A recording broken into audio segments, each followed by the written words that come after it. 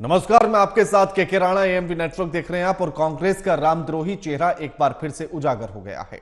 तेलंगाना की कांग्रेस सरकार ने हैदराबाद में रामनवमी की शोभा यात्रा निकालने की अनुमति को रद्द कर दिया है, जिसके बाद से सियासी पारा ऊपर की तरफ चढ़ने लगा। इसी पर हम आज चर्चा करेंगे, लेकिन उससे पहले रिपोर्ट देखिए।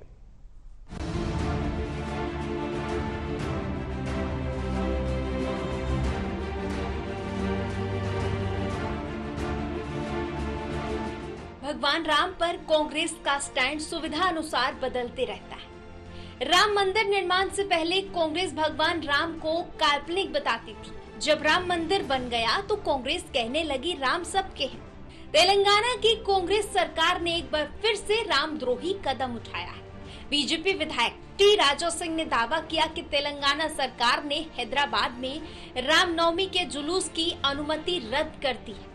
बीजेपी विधायक ने दावा किया कि रामनवमी के एक दिन पहले रात 8:30 बजे उन्हें तेलंगाना पुलिस ने एक पत्र भेजकर सूचित किया कि इस वर्ष रामनवमी की शोभा यात्रा की अनुमति रद्द की जाती है। विधायक टी राजा सिंह ने कहा कि वर्षों से हमारी रामनवमी की शोभा यात्रा भक्ति का प्रतीक रही है, बल्कि देश भर से लाखों राम भक्त आते हैं। उन्होंने इसे हिंदुओं की स्वतंत्रता को अनुचित रूप से बाधा पहुंचाए जाने की कोशिश बताते हुए बेहद निराशाजनक करार दिया है। शोभा यात्रा आकाशपुरी हनुमान मंदिर से लेकर रामकोटी स्थित हनुमान व्यायामशाला तक जानी थी। हैदराबाद में जिस तरह तेलंगाना सरकार ने रामनवमी की शोभा यात्रा की अनुमति रद्द की, उससे कांग्रेस का हिंदू विरोधी चेहरा उजागर हो गया है। कांग्रेस नेता अपने आप को धर्मनिरपेक्ष बताते हैं, लेकिन उनके कथन और दावों में कितना दम और सच्चाई है, इसे तेलंगाना सरकार के फैसले से देखा जा सकता है। Bureau report, AMP network.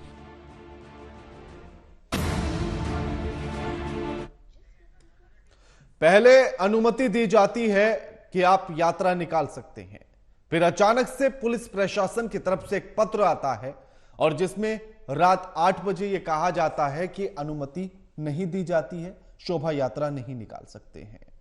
इसी के बाद से बवाल शुरू होता है, इसी के बाद से हंगामा शुरू होता है और बीजेपी कांग्रेस पर आरोप लगाने लगती है कि यह कांग्रेस और एआईएमआईएम की मिलीभगत है। और हमारे साथ जो मेहमान जुड़ गए उनका परिचय आपसे करा देते हैं। हमारे साथ खेमचंद शर्मा जुड़ गए हैं, प्रवक्ता है बीजेपी के।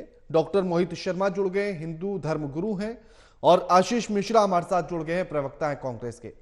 आप तीनों का स्वागत है एएमपी नेटवर्क पर। आशीष जी, पहला सवाल आपसे ही कि आप पर आरोप यह लगा है कि कांग्रेस पार्टी की सरकार होने के नाते शोभा यात्रा निकालने की अनुमति नहीं दी गई। पहले अनुमति प्रशासन देता है और फिर अचानक से रद्द कर देता है, आखिर क्यों? आशीष जी।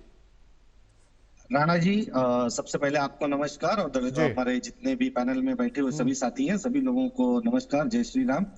मैं आपको एक चीज बताना चाहता हूं आपके माध्यम से।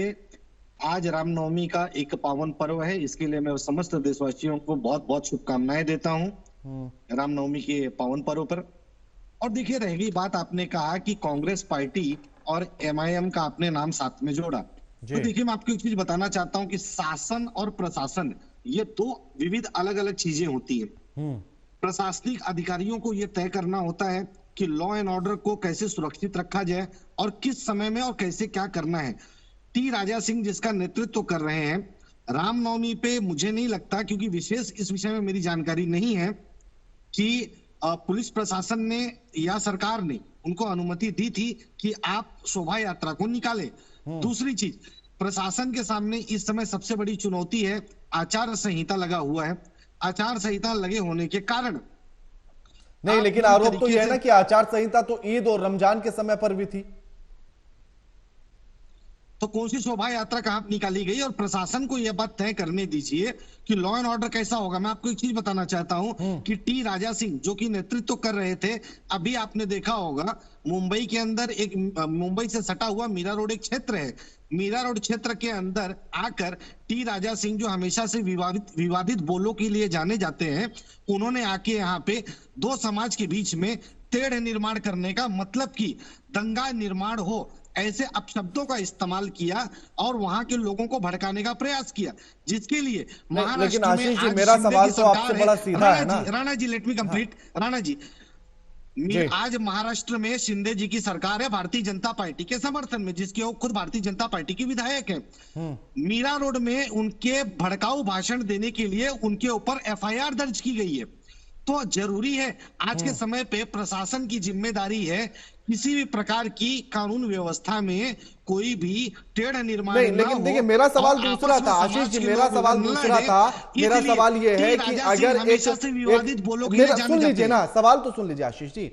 मेरा सवाल ये है कि अगर एक वर्ग का मन है, उसकी आस्था है, उसकी श्रद्धा है, उसकी भक्ति है और वो शोभा यात्रा निकालना चाहता है और अगर प्रशासन मना करता है, अनुमति देने के बाद रद्द करता है, तो क्या सरकार नहीं पूछेगी या प्रशासन की जवाबदेही नहीं होगी?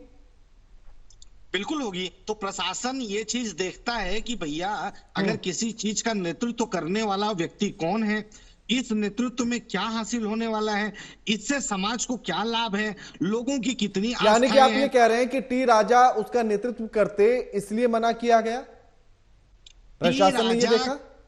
टी राजा की करतूतें हैं पिछले महीने, ज्यादा समय पहले की बात नहीं है।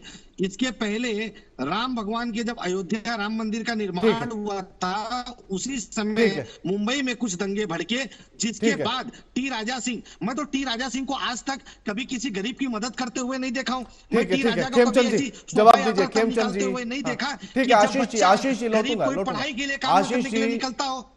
आशीष जी लौटूंगा मैं। खेमचंद जी, उनका यह कहना है कि यह प्रशासन का काम है, आचार संहिता लगी हुई है और किसके नेतृत्व में यात्रा निकाली जा रही है यह देखना भी जरूरी है प्रशासन को, कि जो लगातार भड़काऊ भाषण देते हो तो इस पर ध्यान देना भी जरूरी है।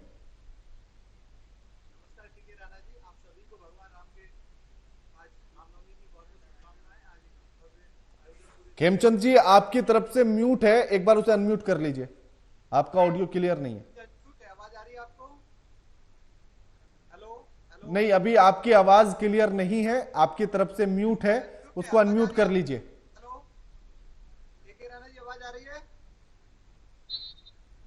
खेमचंद जी, ठीक है, मैं लौटता हूं खेमचंद जी आपके पास। आपकी तरफ से आपका ऑडियो म्यूट है, एक बार उसे अनम्यूट कर लीजिए तो आवाज स्पष्ट आ जाएगी।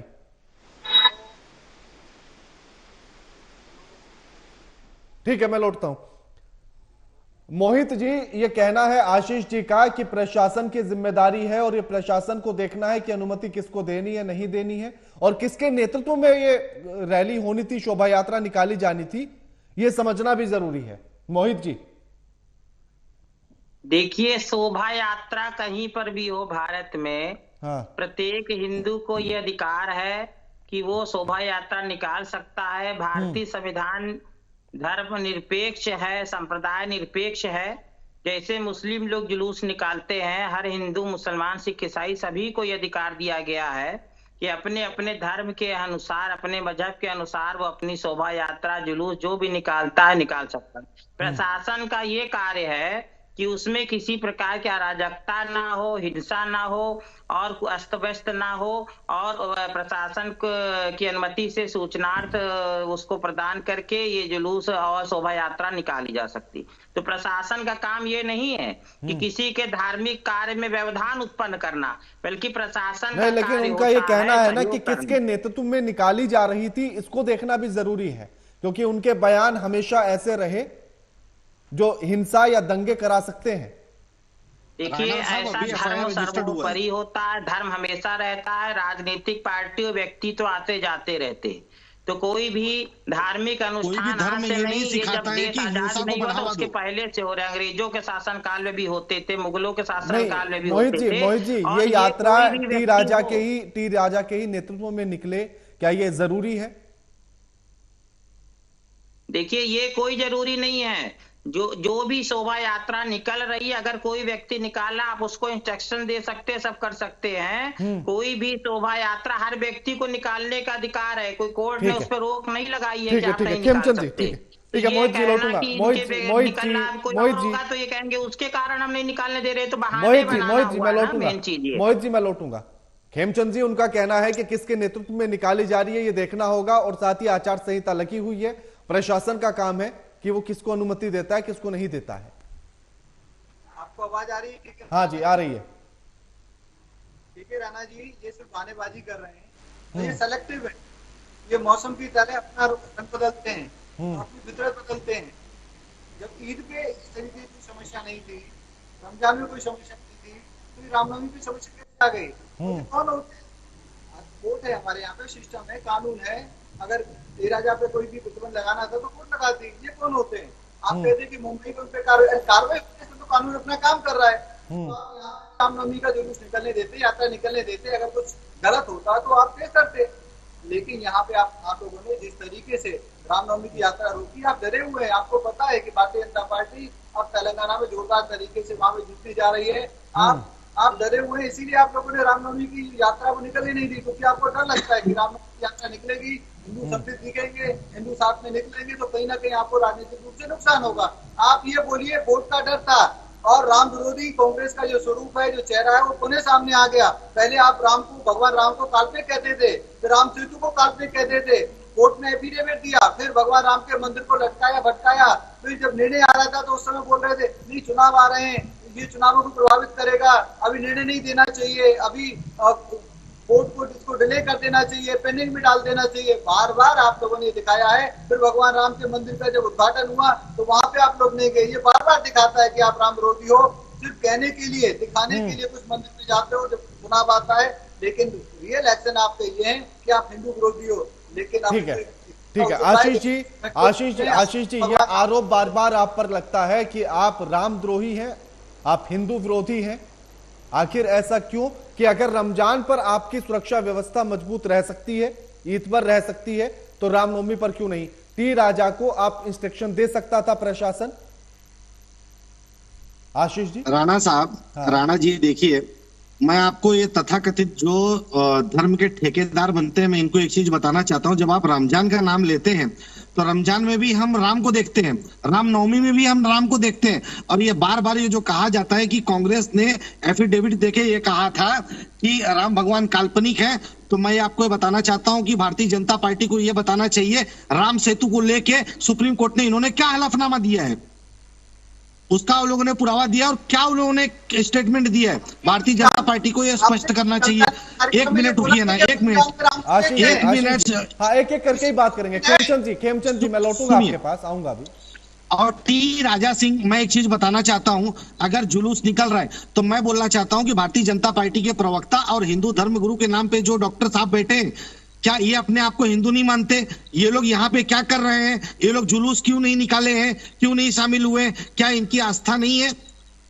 तो देखिए क्या होता पता है आशीष जी, भगवान राम, राणा साहब 10 सेकंड, राणा साहब 10 सेकंड, राणा साहब 10 सेकंड, आशीष जी मैं 10 मिनट में 20 सेकंड दूंगा, लेकिन तर्क थोड़ा बेहतर दीजिएगा। तर्क बेहतर ही दे रहा हूँ महोदय। नहीं, आपने कहा कि वो यहाँ बैठे, क्या वो हिंदू नहीं है? क्या वो आखिर शोभा यात्रा में क्यों नहीं गए? तो पूछना पड़ेगा ना महोदय, पूछना पड़ेगा, बिल्कुल पूछना पड़ेगा। देखिए मैं आपको, यानी कि आप भी हिंदू नहीं है, आप शोभा यात्रा में नहीं गए, आप हिंदू नहीं है? नहीं, सुनिए ना, भगवान राम हमारे हृदय में रहते हैं, भगवान राम हमारे हृदय में रहते हैं। हम हनुमान की तरह रहने वाले लोग हैं, जो सीना चीर के ना हमारे दिलों में राम बसते हैं। रमजान पर क्यों नहीं लगाई पाबंदी? आपने ईद पर पाबंदी क्यों नहीं लगाई? कह देते अल्लाह भी दिल में रहते हैं। बिल्कुल लगी थी। रमजान के समय भी प्रशासन ने चेताया था, लेकिन इस समय आप लोग जरा पुलिस विभाग के अधिकारियों के भी दर्द को समझो, क्योंकि आचार संहिता लगने के बाद पुलिस डिपार्टमेंट के ऊपर बहुत से काम का लोड पड़ा हुआ है। अभी कितने दिन गुजरे ईद को, चीजों की जिम्मेदारी, पुलिस वालों के दर्द को समझिए, पुलिस विभाग के अधिकारियों के दर्द को समझिए। आशीष जी मैं वही समझ रहा हूँ, बताइए ना, आचार संहिता लागू कब हुई? आचार संहिता लागू हुई है 17 तारीख को। हाँ, और ईद कब थी? वो भी आचार संहिता, सुनिए, जिस दिन आचार संहिता लागू हुई थी उसका भी कारण, उसका भी सुन लीजिए।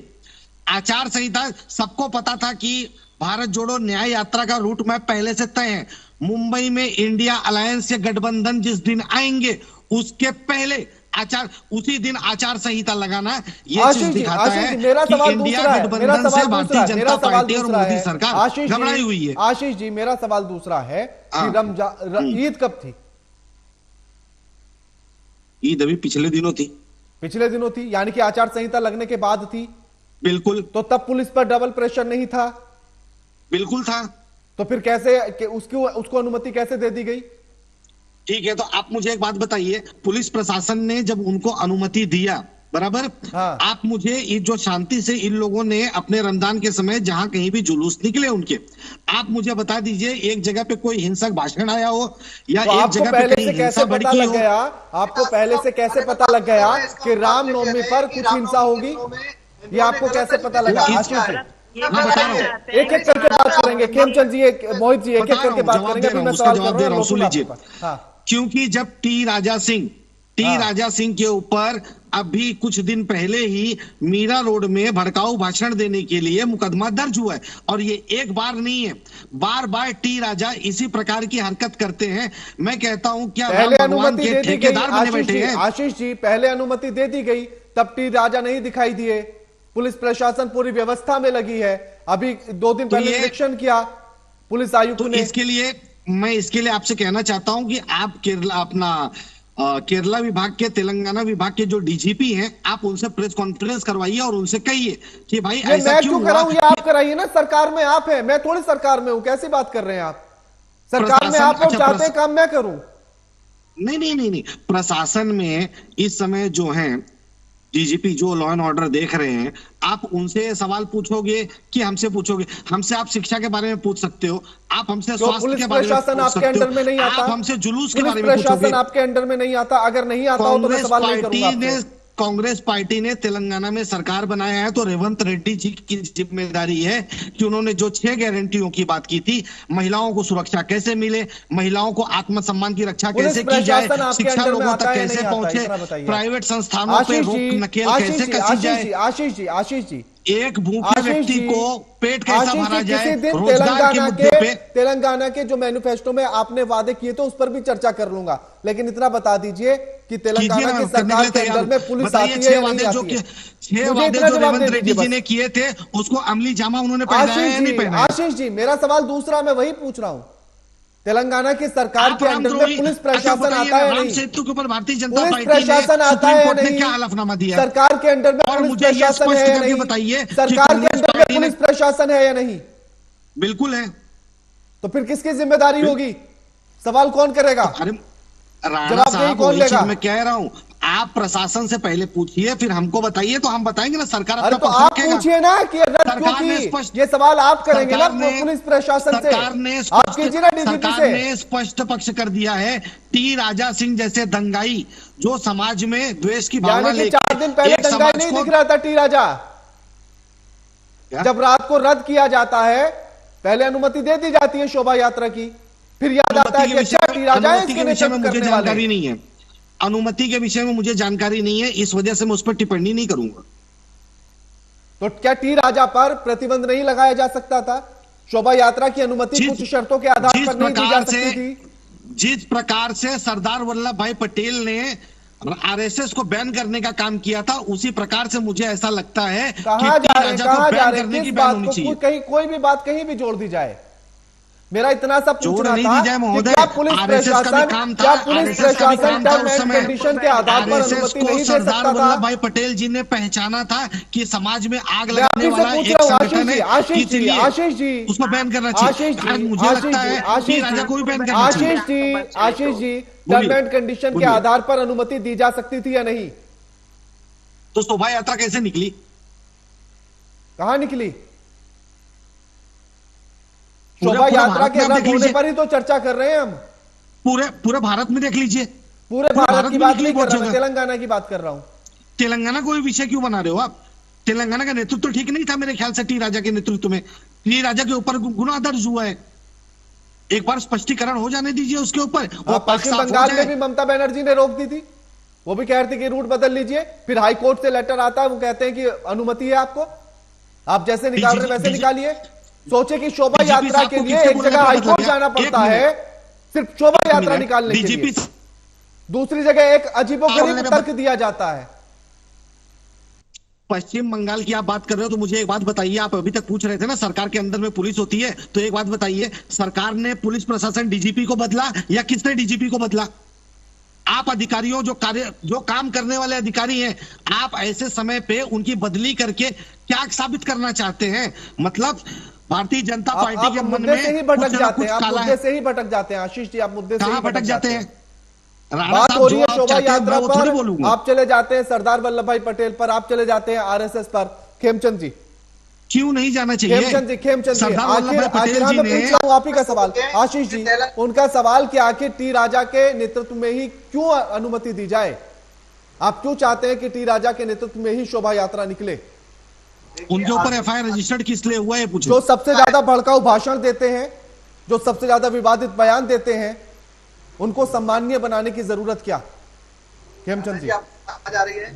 हाँ जी, सबसे पहले तो रामनवमी की आपके सभी दर्शकों को बहुत बहुत शुभकामनाएं। लास्ट टाइम आवाज नहीं आ रही थी तो मैं वो शुभकामनाएं नहीं दे पाया, लेकिन उन्होंने स्पष्ट कर दिया है कि तेलंगाना का हर हिंदू आरएसएस का सदस्य है। इसीलिए अगर कोई भी हिंदू वहाँ पे हैदराबाद में रैली निकालने की बात करता है, रामनवमी का जुलूस निकालने की बात करता है, तो इनको आरएसएस दिखाई देती है, उनको वहाँ पे भारतीय जनता पार्टी दिखाई देती है। इस पे हमें गर्व है, क्योंकि भारतीय जनता पार्टी और आरएसएस हमेशा से राष्ट्रवाद की बात करती रही है, हिंदुत्व की बात करती रही है, करते रहेंगे, और हम सभी के लिए काम करते हुए ये हमारी रीति नीति में दिखता है। कांग्रेस सेलेक्टिव है और सेलेक्टिव होते हुए ये दिखाते भी है बार बार कि ये राम विरोधी हैं, हिंदू विरोधी हैं। इसीलिए जब हिंदुओं की बात आती है तो ये अटकाने भटकाने की बातें करते हैं, बानेबाजी करते हैं। अरे हिंदू तो वहाँ पे लाखों की संख्या में पार्टिसिपेट करना चाह रहे थे, सेलिब्रेट करना चाह रहे थे। 500 साल बाद हिंदुत्व और हिंदू की बात कर रहे हैं। नहीं, जो टी राजा की भाषा है, हिंदू बेचारे भी बेरोजगार। आशीष जी एक एक करके बात करेंगे, समय भी कम, मैं सवाल ले रहा हूँ। नहीं, ये हमेशा एक ही ठेकेदार की बात कर रहे हैं, राम भगवान के ठेकेदार हैं। आशीष जी खेमचंद जी, टी राजा की जो भाषा है उससे सहमत हैं आप? टी राजा की अगर कोई भाषा गलत है तो उसमें कानून काम करेगा। क्या ऐसी भाषा का व्यक्ति हिंदुत्व का चोला ओढ़े? क्या ऐसी भाषा का व्यक्ति हिंदुत्व का चोला ओढ़े? वो हिंदुओं के लिए काम करते हैं, खड़े रहते हैं, जिस तरीके की ताकत। नहीं, मैं भाषा पर बात कर रहा हूँ अभी, मैं भाषा पर बात कर रहा हूँ अभी। उनकी बहन बेटियों के साथ अत्याचार करती हैं, उनके घरों में घुस के मारने का काम करती है, वो प्रोटेक्शन का काम करते हैं, उनके साथ खड़े रहते हैं, जमीनी नेता है। मैं भाषा की बात कर रहा हूँ, जिस तरह की भाषा उनकी है। ठीक है मोहित जी, हाँ लोटना, खेमचंद जी समय कम है, खेमचंद जी समय कम है। मोहित जी, क्या लगता है कि टी राजा जैसे लोगों को नेतृत्व करना चाहिए और हिंदुत्व के नाम पर उन्हें आगे करना चाहिए? खेमचंद जी समय कम है। मोहित जी देखिए, ये आशीष मिश्रा जी कह रहे हैं और सबको बैन कर, मैं पूछता हूं कि बहुत सारे मुस्लिम होते हैं जो आतंकवादी बन जाते हैं, तो क्या पूरे इस्लाम को बैन करने की बात कभी कहते हैं? कभी ये कहते हैं कि पूरे जो भी मुसलमानों के कार्यक्रम को बैन कर देंगे, वहां कोई आतंकवादी घटना हो?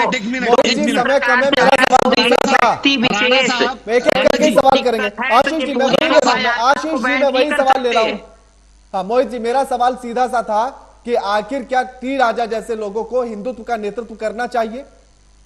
देखिए, मैं किसी व्यक्ति विशेष की बात नहीं कह रहा हूं, सनातन धर्म सदियों से चला आ रहा है। मेहमानों का हमारे साथ इस चर्चा में जुड़ने के लिए और ये तमाम बातचीत करने के लिए। लेकिन तेलंगाना में पहले अनुमति दी जाती है कि शोभा यात्रा आप निकाल सकते हैं, लेकिन फिर अचानक से रात को 8 बजे एक पत्र पुलिस प्रशासन की तरफ से आता है और शोभा यात्रा की अनुमति को रद्द कर दिया जाता है, जिसके बाद से राजनीति चरम पर है। लगातार खबरों के लिए देखते रहिए एएमपी नेटवर्क। नमस्कार।